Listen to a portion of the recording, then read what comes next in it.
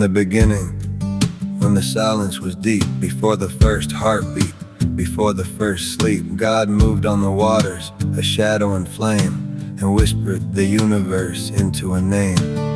Let there be light, and the radiance bloomed. The darkness was broken, the shadows consumed. The evening and morning, the very first day, the wheels of the cosmos were spinning away.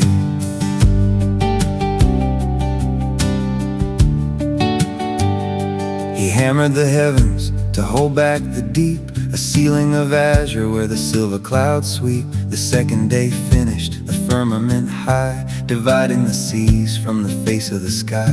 He gathered the waters to make the dry ground. The mountains arose and the valleys were found, the grass and the herb and the fruit on the vine. The third day was painted in leafy design. He hung up the sun to be king of the noon, the soft silver glow of the wandering moon. The stars were like sequins on velvet of night, to govern the seasons with beacons of light. The fourth day was over, the fifth then began, with wings in the air and a watery plan. The great whales were leaping, the eagles took flight, filling the world with a wild delight. Then cattle and creature, the beast of the field, to the hand of the maker their loyalty yield. But something was missing, a crown for the earth, to give the whole story its meaning and worth. From dust of the ground, with the master's own touch, he fashioned a being he'd love over much. He breathed in his nostrils the spirit of life, before there was sorrow, before there was strife. In Eden's fair garden where four rivers flow, where gold and the bdellium and onyx stones glow, Adam was king of the garden, so green, the finest creation the world had yet seen.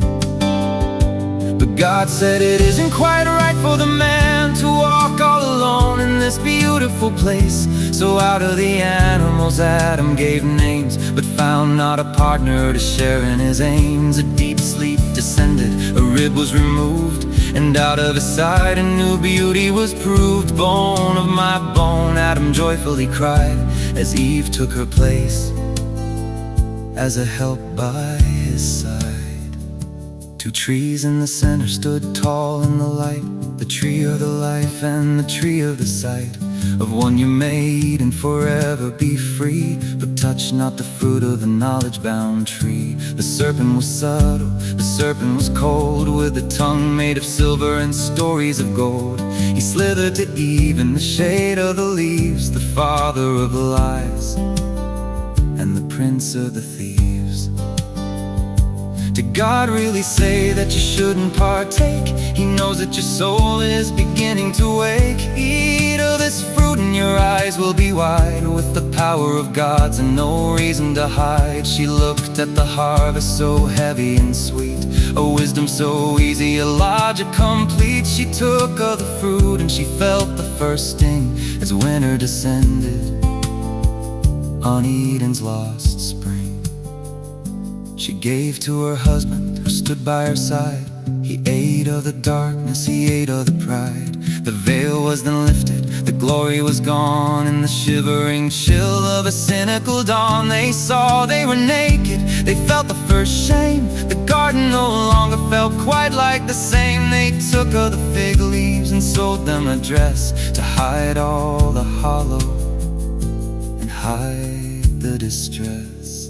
In the cool of the evening the father came near, but the sound of his walking brought nothing but fear. They ducked in the thicket, they crouched in the mud, while the pulse of the panic beat fast in their blood. Adam, where are you?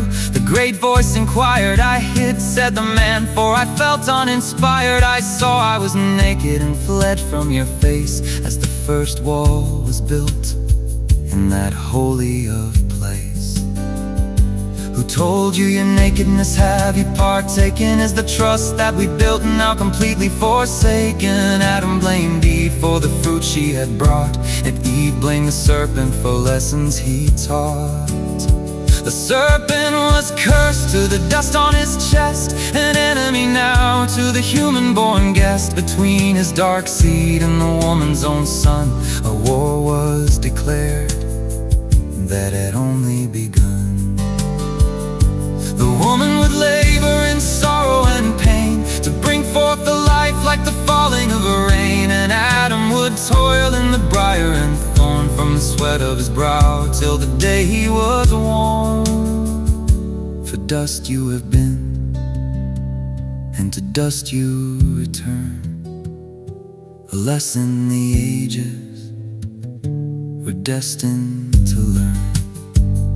The harmony broken, the fellowship torn, as the first pair of humans stood weary and lorn. But mercy was found in a garment of skin, a sacrifice made for the covering of sin.